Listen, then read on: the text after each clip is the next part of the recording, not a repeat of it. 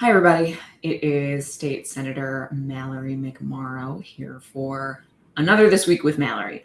We're going to start a little bit differently this week because it's been a really heavy week, I think, for a lot of us, and a really disheartening moment for how our system of government works.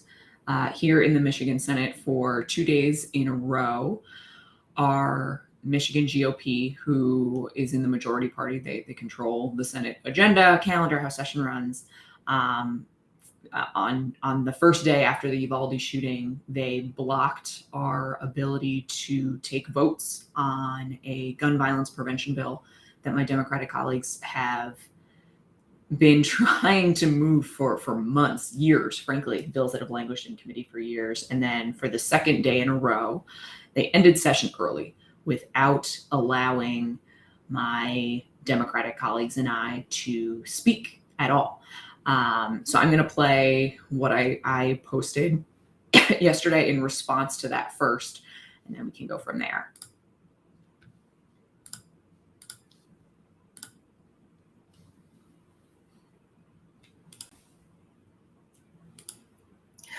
Back in November, after a school shooting rocked our state and community, an Oxford high school dad called my office.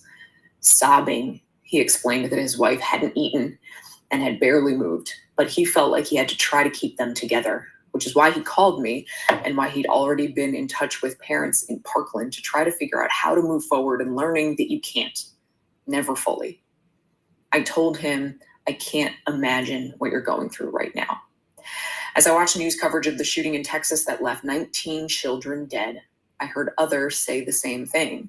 I can't imagine what these parents are going through right now.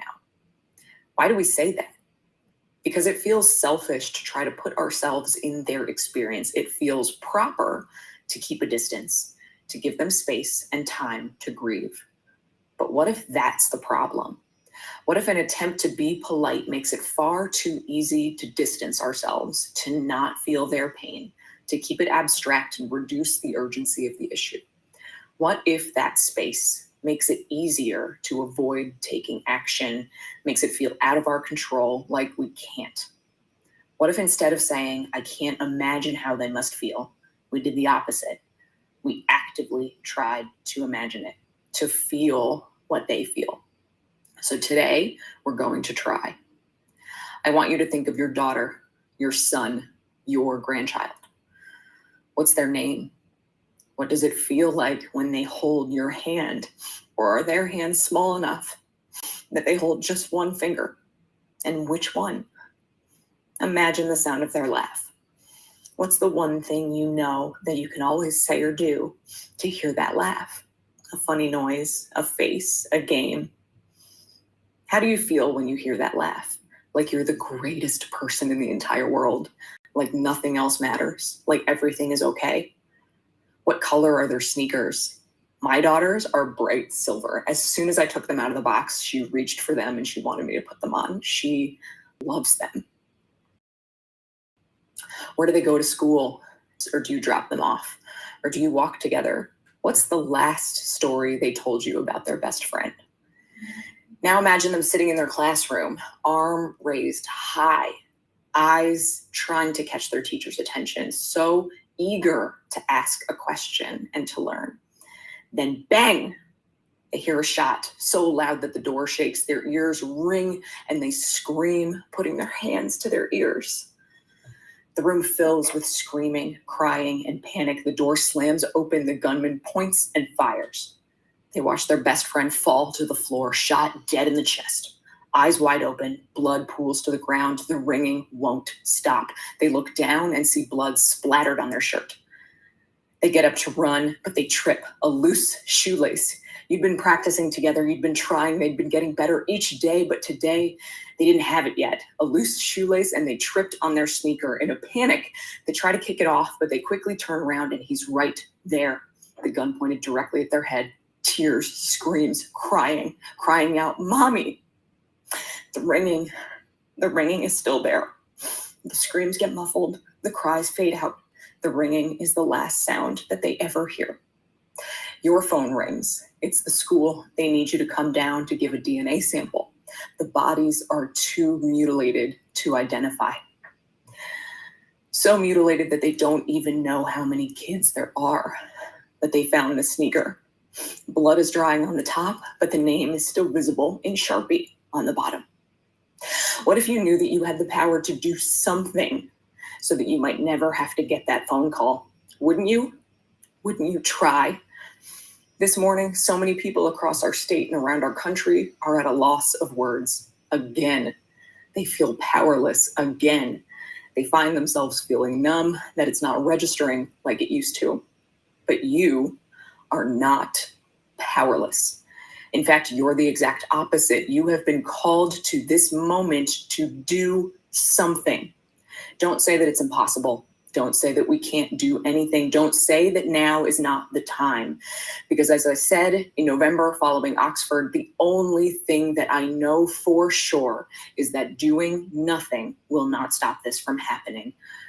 It will not stop this one or the next one or the one after that or the one after that. My colleagues and I have bills ready to go. We've been waiting for committee hearings for years. What will you do? Faith without works is dead.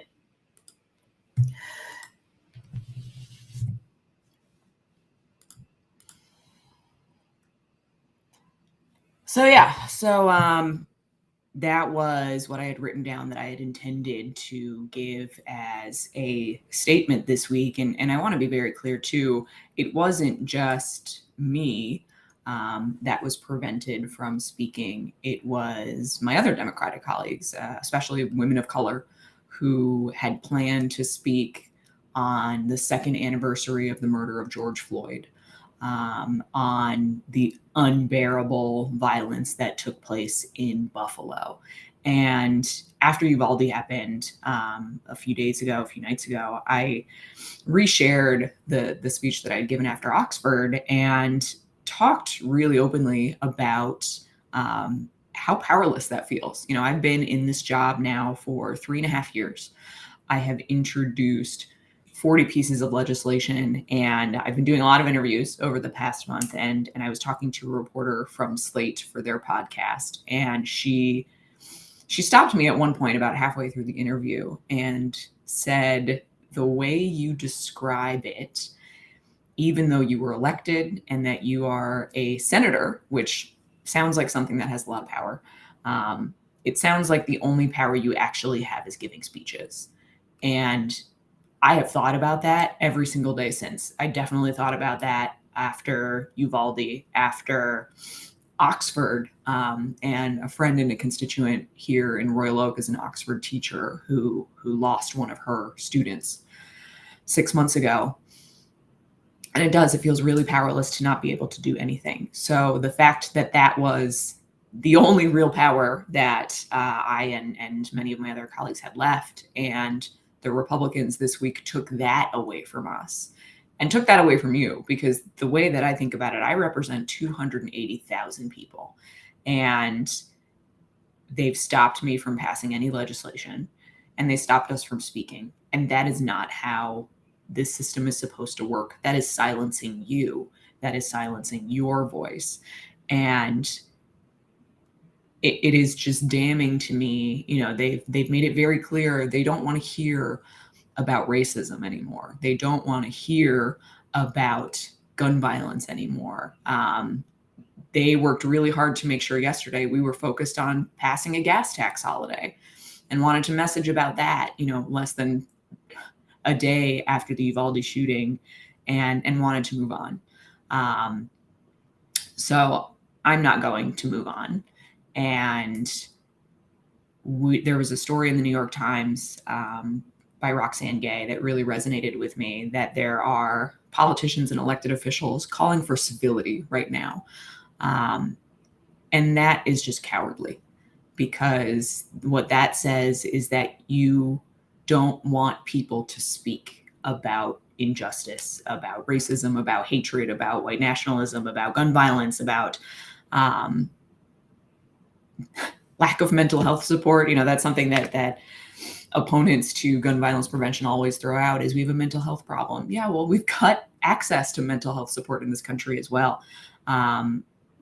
We met with students from March for Our Lives probably about a month ago who came to Lansing to advocate for gun violence reform. They wanted us to consider red flag laws, bills of which I've introduced, safe storage laws, which I've co-sponsored with many of my Democratic colleagues, but also expanded mental health access, counselors in schools. And it's not an either or, it's both. And Republicans have been standing in the way of that as well. So that's where we are right now.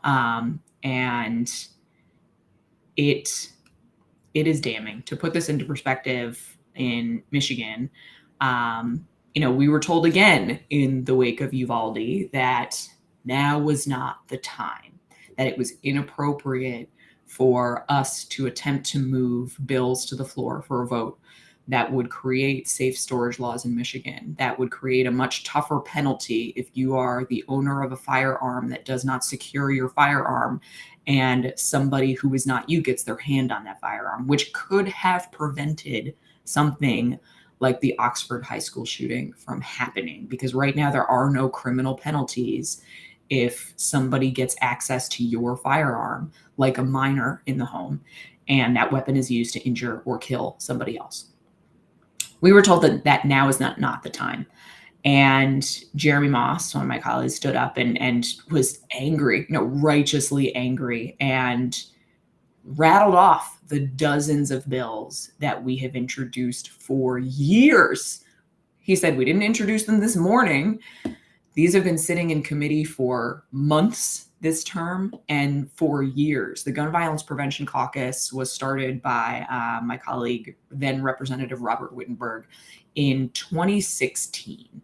So going on 6 years now, a group of Democratic legislators has been introducing legislation, working with experts, working with gun owners, working with Sheriff Bouchard, a Republican, specifically on red flag laws to ensure that we have due process.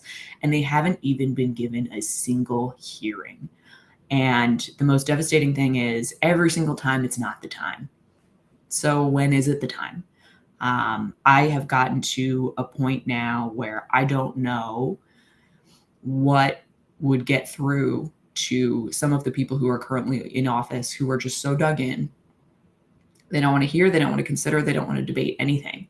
I have resigned myself to the fact that we need to replace elected officials with those who will try to do something. All of the excuses that are made about, this bill wouldn't have stopped this specific shooting. That's always the line. We throw out a bill idea and the response is, well, that wouldn't have stopped this specific shooting. Uvalde is a good example. He was 18. He was able to buy those guns legally. This wouldn't have stopped that specific thing. But this is the only country where this happens regularly. We are talking about gun violence on the whole. And the reality of this job is we amend laws all the time. People in the past, legislators passed bills into law that they thought were good solutions. Sometimes they are, sometimes they're not. We amend those laws. We let sunsets expire on things that aren't working, or if something is working particularly well, we extend those sunsets so it can keep going. That's the job, is to respond in this moment to the world that is around us. And they don't want to respond. They want to stick their heads in the sand, and they don't want to hear about it anymore. They don't want to hear about injustice. They don't want to hear about racism. They don't want to hear about gun violence. So they just try to shut us up. And that means shutting you up. And it's not going to happen on my watch. And it's just cowardly. It just is.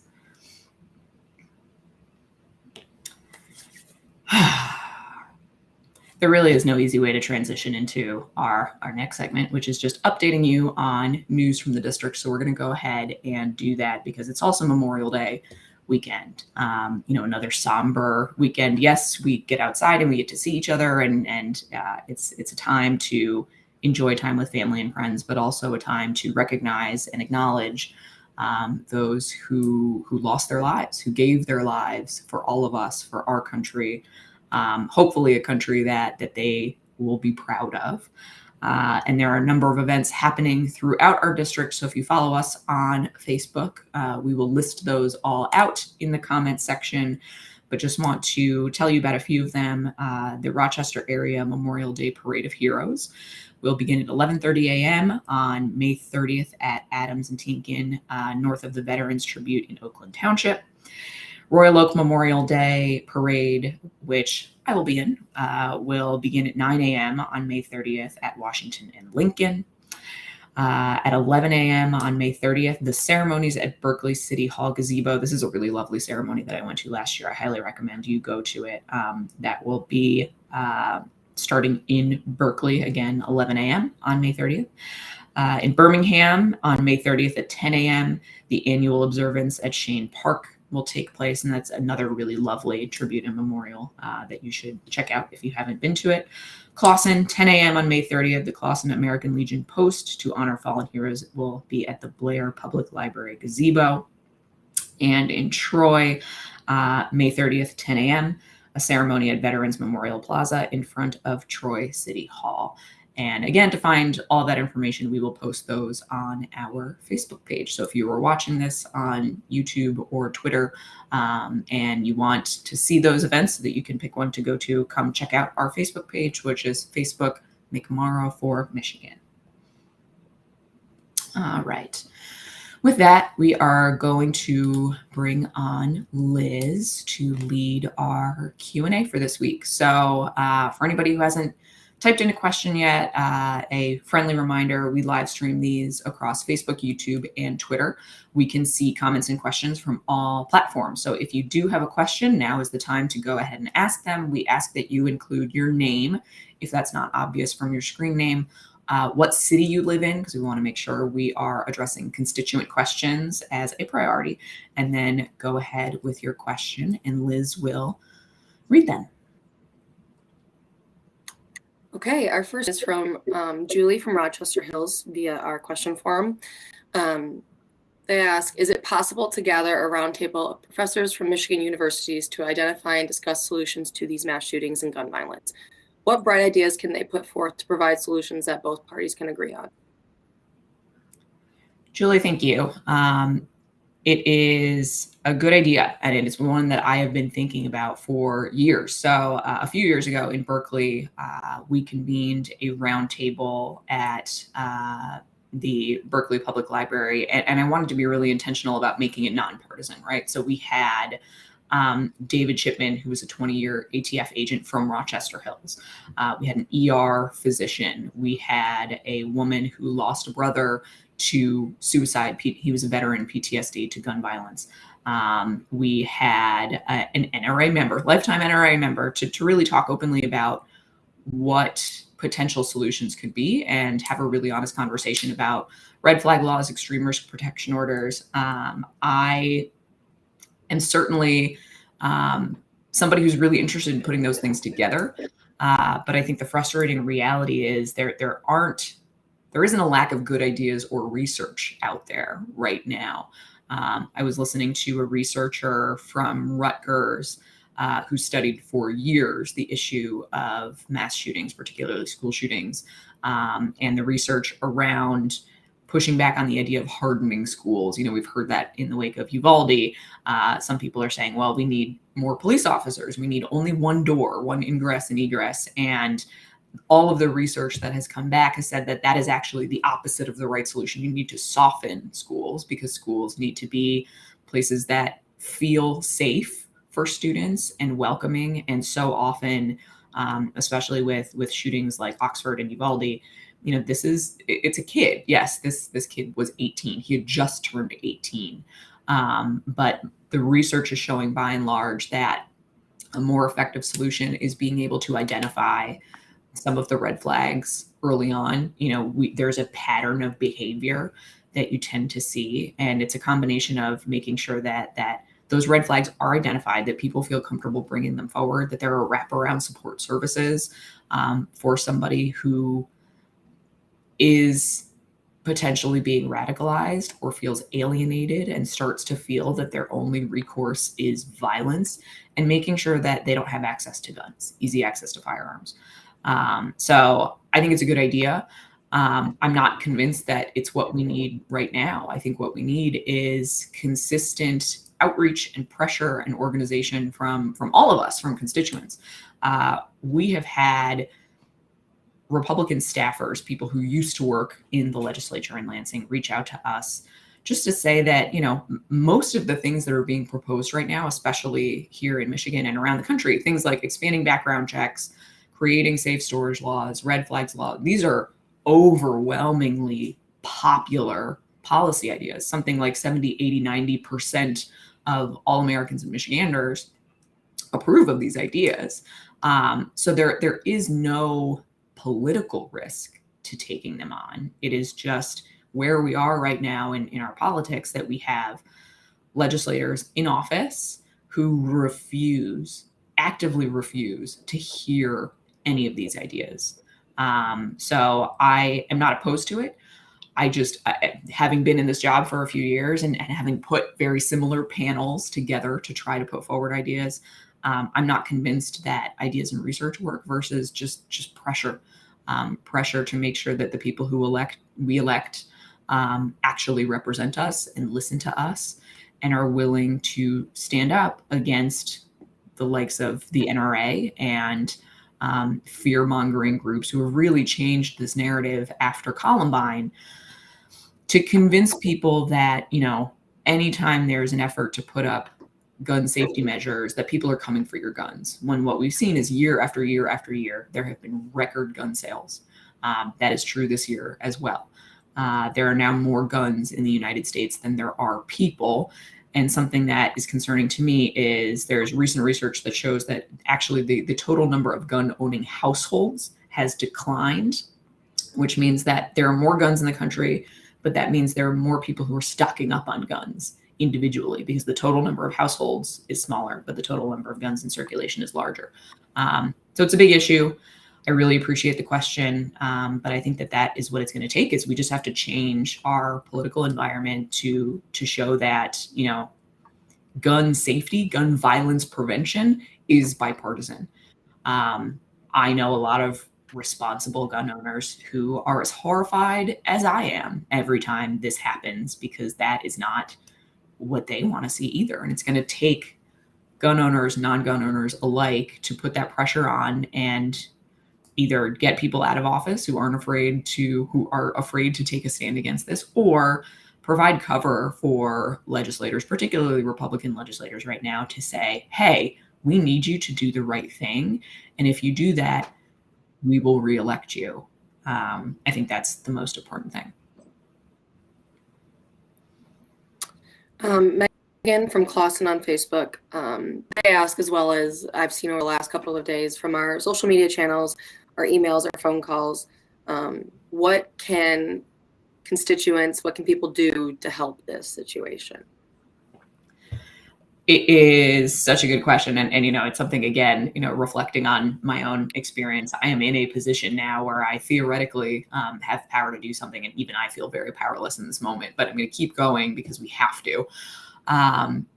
Number one, make sure you know who your elected officials are at every level.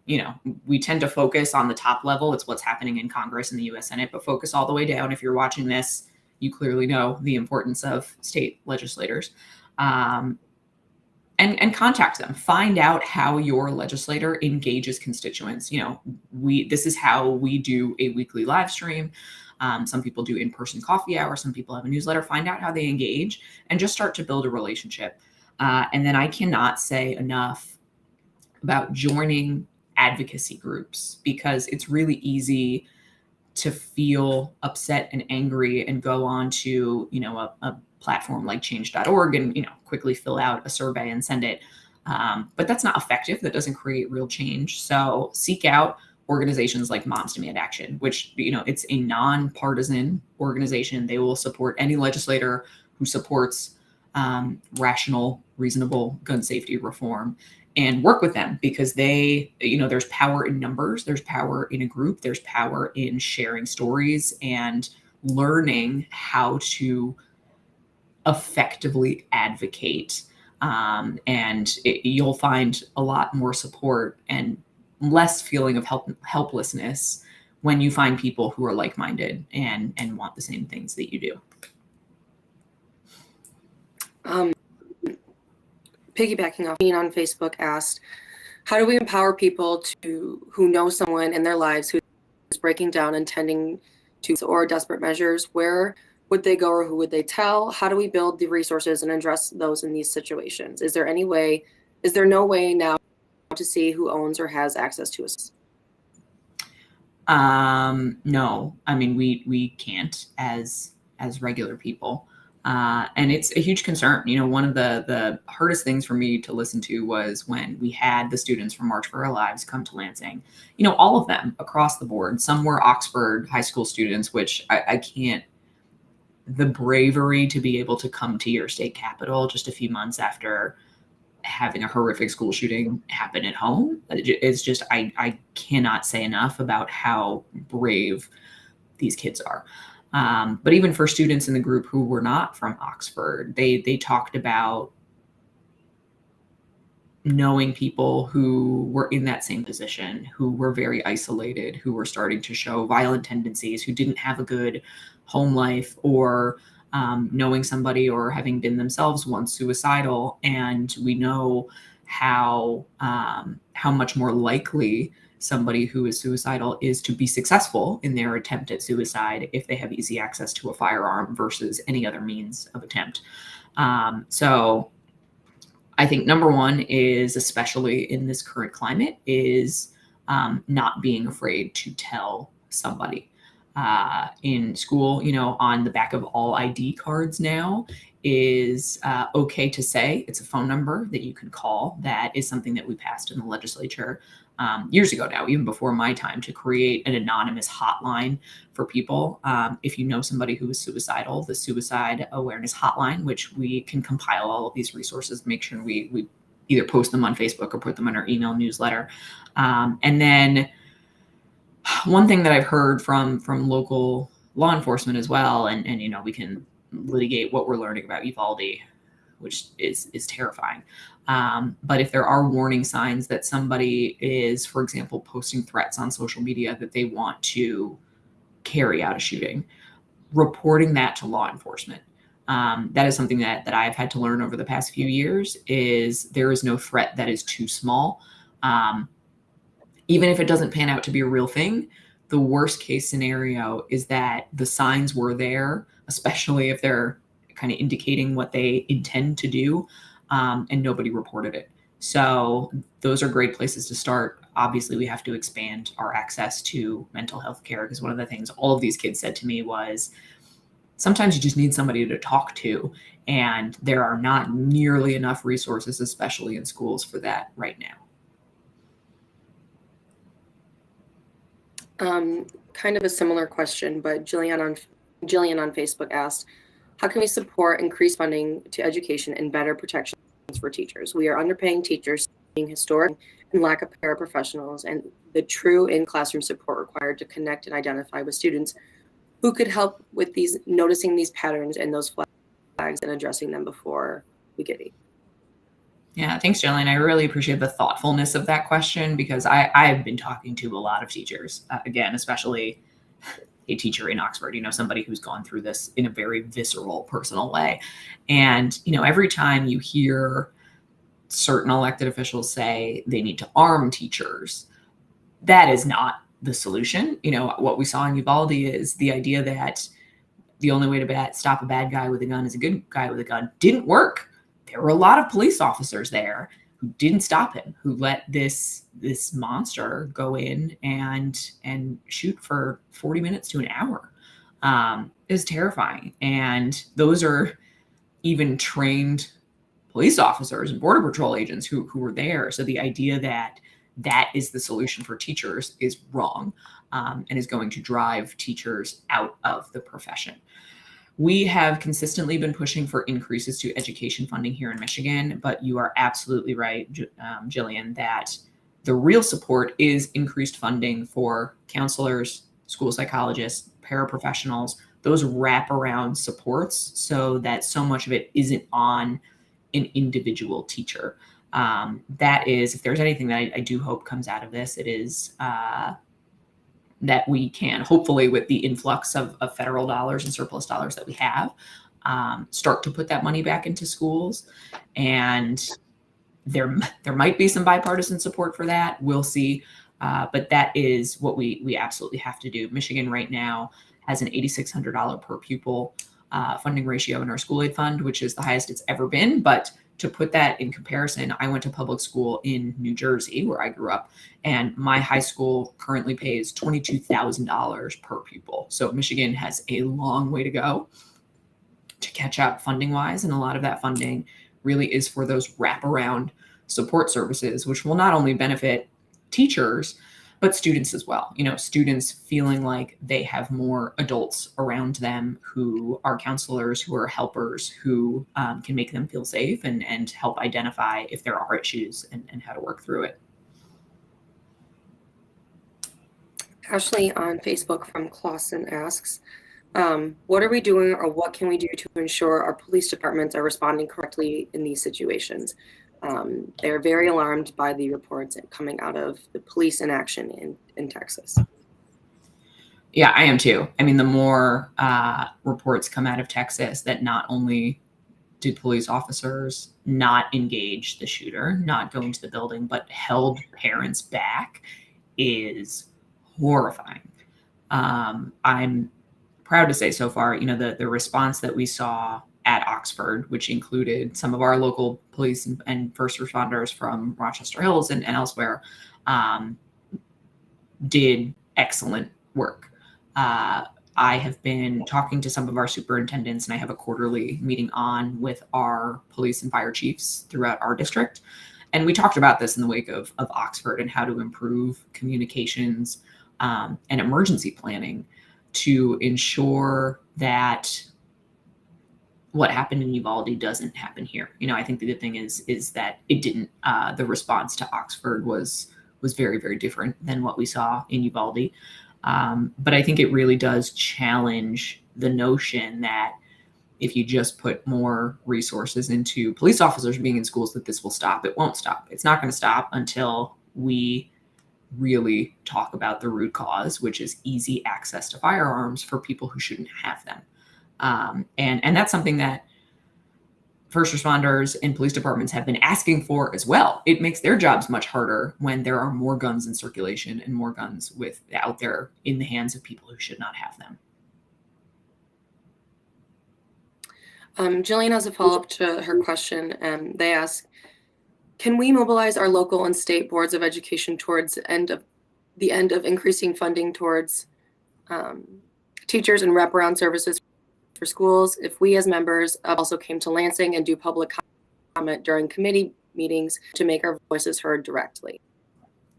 Absolutely. And this is, again, if that is the angle and the issue that you care very, very deeply about, find a way to advocate for it. Oakland County Schools has an organization. Make sure that your school board is tapped into your local advocacy groups. I know that we have the Tri-County Alliance, which does a lot of advocacy work, tapping into groups like Michigan League for Public Policy, and finding ways where you can plug yourself in to better advocate for these things and learn from advocacy groups how to do that effectively. So they can be the ones to tell you, yes, we are going to have a lobby day. This is how you can engage your legislators and do it in a group in a way that is very effective.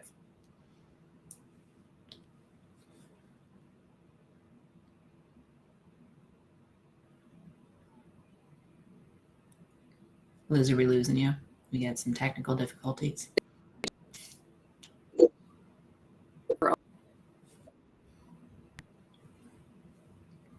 Oh, I think we are losing Liz. Oh, no. Oh, no. Oh, I hear you again. Okay. Might be back. Okay. Am I back? Oh, no. All right. I'm going to turn Liz off because I think we've got a technical glitch. So I'll see you later. Liz. Okay. Sometimes I think I'm back. happens. We do it live. Sometimes things don't work out.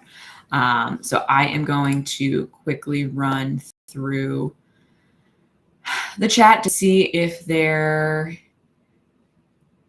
is anything missing. We got a lot of comments, now that we've got people tuning in from all over, which I really appreciate it. So, man, okay, that is going to be overwhelming for me to go through all of the comments, but I want to thank everybody for participating, for tuning in.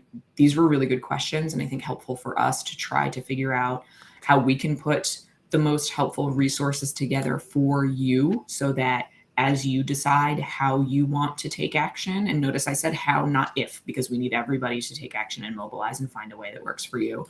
So if you either shoot us an email, which is right here. We can make sure to get you signed up for our email newsletter. You can test out this website link too. I tested it out recently and it wasn't working. So test it out and you can sign up there. Otherwise, shoot us an email, sign up for our email newsletter. This is official stateside, so you won't get spammed with campaign related information. But we will compile kind of those resources, and I might think about too kind of putting together a guide on how to be a good advocate, because it is going to take all of us. So I really appreciate everybody who tuned in. Thank you for caring about this. It feels very, very helpless sometimes. And I hope you have a very safe and wonderful weekend. And we will go ahead and close out for the week. And we will see you next time.